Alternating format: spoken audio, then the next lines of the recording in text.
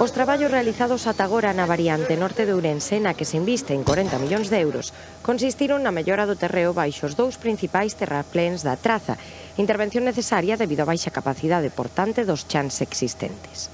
Esta mellora en profundidade conséguese mediante a excavación e compactación das capas inferiores, utilizando unha maza de 17 toneladas que se deixa caer dende unha altura de 14 metros.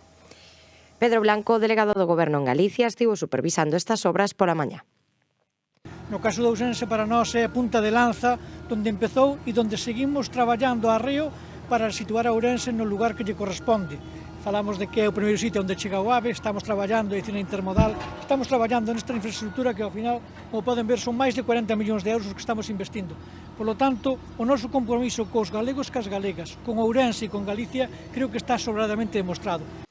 O trazado deste primeiro tramo de 1,7 km de lonxitude da variante norte ten a súa orixe na contorna da actual ligazón de Irás Vedras da autovía das Rías Baixas, onde actualmente existen dúas calzadas separadas de 2 carrís por sentido na Nacional 120, enmarcándose nunha contorna periurbana. As dúas calzadas da variante norte de Ourense proxéctanse conectando coas existentes, dando continuidade aos tráficos da Nacional 120 en ambos sentidos.